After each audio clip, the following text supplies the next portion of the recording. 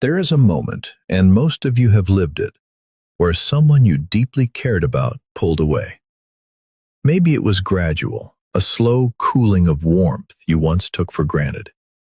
Maybe it was sudden, a silence that replaced what used to be presence.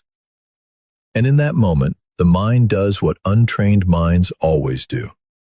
It turns inward and asks, "What is wrong with me?" That question is the first enemy you must silence. Not with anger, not with obsession, with understanding. Here is what the science of attachment actually tells us, stripped of all the clinical language and delivered plainly. Avoidant people do not detach from those who mean nothing to them. Avoidance is not indifference. It is a response, a deeply conditioned, neurologically wired response to intimacy that feels overwhelming. And intimacy only feels overwhelming when it matters. You cannot be overwhelmed by something you do not care about. Think about that carefully, because most people spend years missing this single truth. The avoidant nervous system was not built in a vacuum. It was constructed brick by brick during early developmental years, when emotional closeness was either unavailable, unpredictable, or came attached to pain. The child who reached for connection and found inconsistency did not learn that love was safe. They learned that needing love was dangerous. So they built walls, not to keep you out specifically, but to keep vulnerability out universally. You just happen to be powerful enough to make them feel it again. That is not rejection. That is impact. Now let's bring philosophy into this, because psychology alone only takes us so far. There is a concept rooted in Stoic and existentialist thought that says, you cannot control what others do, only what you become. Marcus Aurelius wrote that the obstacle is the way. The very thing that appears to block your path is, in truth, directing you toward it. When someone avoidant pulls away from you, they are not removing your power, they are revealing it. Because your response to that withdrawal, your decision to either collapse or to stand, is where the chosen one identity is either built or broken. Most people collapse. They chase, they over-explain, they shrink themselves into shapes they believe will finally be acceptable. And in doing so, they confirm the avoidant's deepest fear, that closeness leads to losing yourself in someone else. But the chosen ones, and I mean this with full psychological and philosophical weight, the chosen ones do something different. They recognize the pattern without being imprisoned by it. They see the avoidance behavior as data, not as a verdict on their worth. This distinction is everything, because here is what no one tells you about being chosen. It was never about being selected by another person. It was always about being the kind of person who selects themselves first. The moment you stop outsourcing your identity to someone else's availability, their text responses, their emotional openness, their willingness to show up, you step into a version of yourself that cannot be diminished.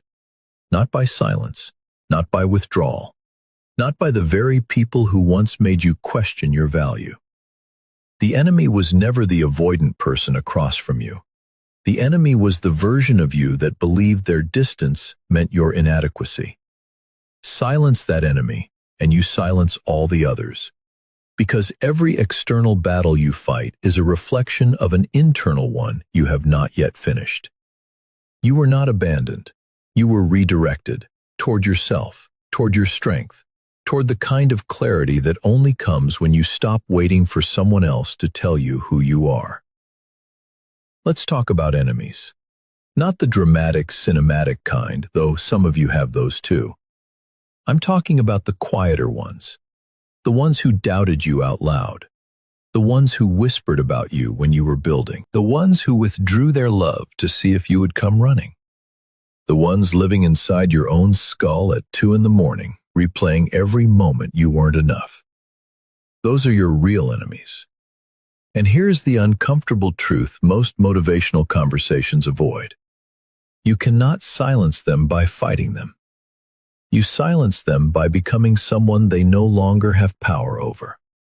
This is where most people get the strategy completely wrong. The instinct when someone dismisses you, undermines you, or walks away from you is to prove them wrong directly, to perform, to overachieve loudly enough that they are forced to notice. And while achievement is never a bad thing, achievement for the wrong reason is a trap. Because when your growth is fueled by the need for someone else's acknowledgement, you have handed them the keys to your motivation. The moment they finally applaud you, or worse, never do, your engine stalls. You built your power on a foundation that belongs to someone else. That is not strength. That is sophisticated dependency wearing the costume of ambition. The Stoics understood this long before modern psychology caught up. Epictetus, who was born a slave and died one of the most intellectually liberated human beings in recorded history, drew a line that changed everything for those who truly absorbed it. He called it the dichotomy of control. Some things are within our power: our thoughts, our values, our responses, our character. Everything else, including how others perceive us, whether they love us, whether they acknowledge our worth, falls entirely outside it. The moment you try to control what lives outside that line, you become a prisoner of it. Becoming unmovable is not about becoming cold. It is not about building emotional walls or pretending that the opinions of others don't sting. They do. That's human. What it means is that the sting no longer steers you. There is a profound difference between feeling something and being governed by it. The chosen one feels the dismissal, registers the silence, absorbs the doubt, and then returns to themselves every single time. Not because they are superhuman, but because they have done the internal work of anchoring their identity to something no external force can reach. Psychology calls this a secure internal working model. Philosophy calls it virtue. Religion calls it being rooted. The language varies, but the architecture is identical. A self that does not require constant external validation to remain intact. And here is the fascinating paradox that emerges when you actually build that. The moment you stop needing people to acknowledge your power, they begin to. Not all of them, but the ones who matter. Because human beings are wired to be drawn to stability. We are instinctively attracted to those who are not rattled by the things that rattle everyone else. Your enemies, the doubters, the withdrawers, the critics, are running an unconscious test. They are pulling away, pushing back, and watching to see whether you will chase, crumble, or erupt. Every time you do any of those three things, you confirm their quiet suspicion that you are not yet who you claim to be. But every time you remain composed, focused, and fully yourself in the face of their resistance, you do something far more devastating to their narrative than any argument could achieve. You make their doubt irrelevant.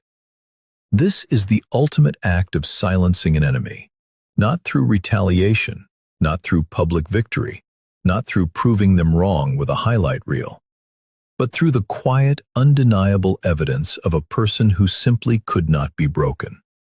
They were waiting for you to fall. Build something so solid that waiting becomes the rest of their life. Key point 3. The avoidant attachment truth. Love never left. Now we go deeper. Because everything we have covered so far, recognizing your chosen identity, becoming unmovable in the face of those who doubted you, all of it eventually leads back to one central wound that most people in this conversation are carrying. And that wound has a very specific shape. It looks like someone who was present, then distant, warm, then cold, available, then suddenly painfully gone.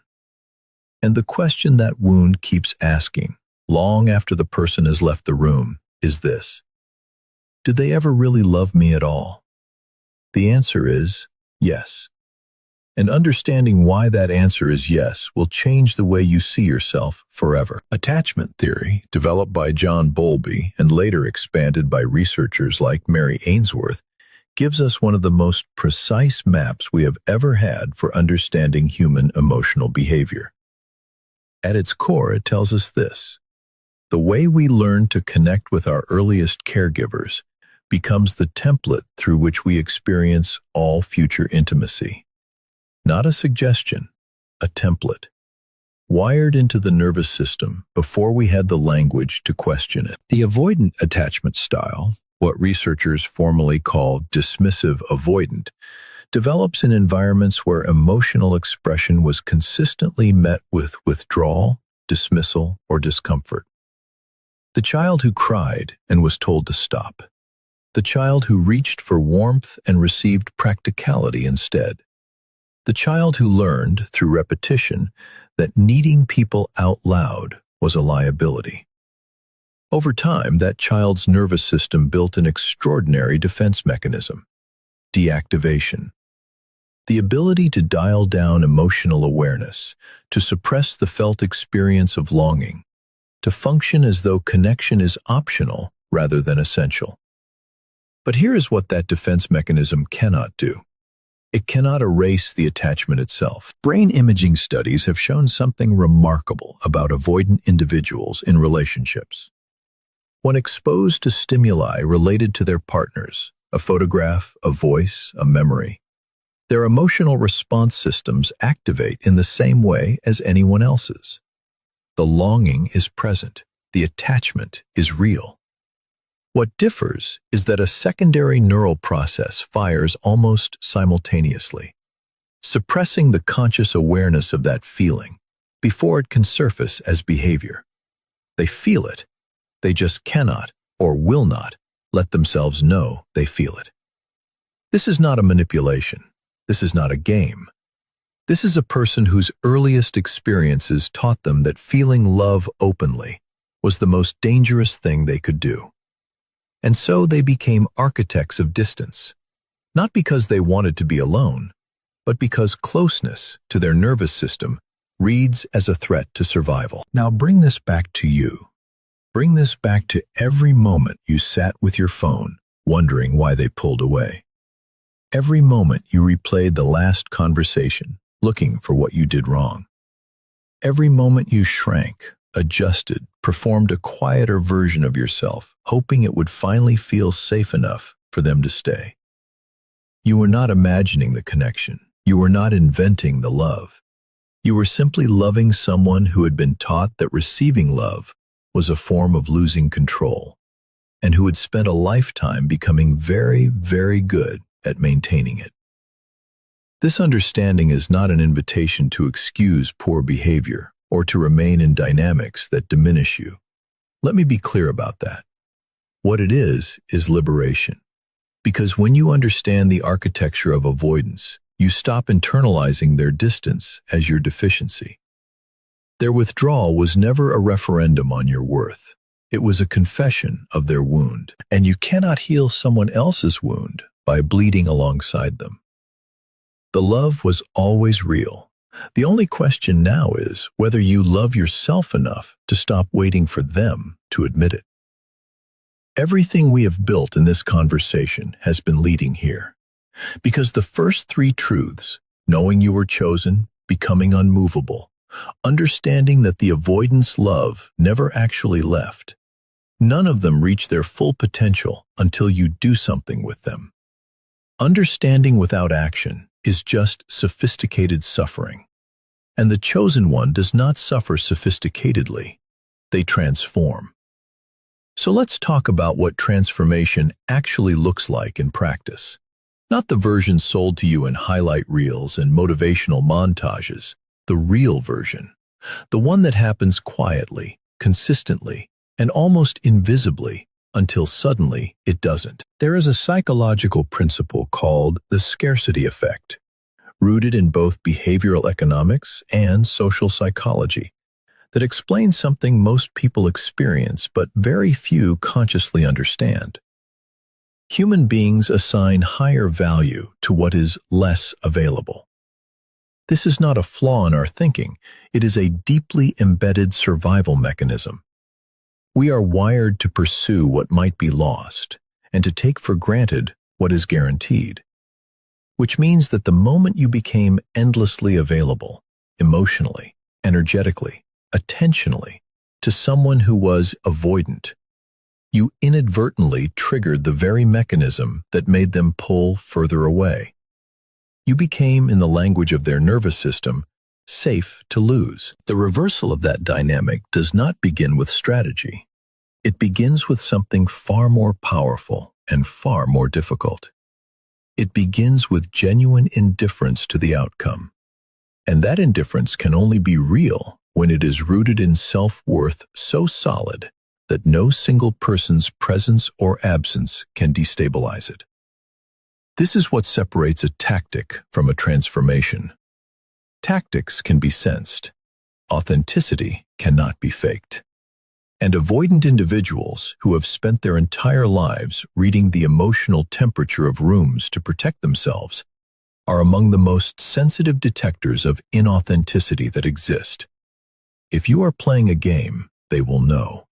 But if you have genuinely become someone who is no longer playing, someone who has chosen themselves so completely that your joy does not depend on their participation, that registers differently.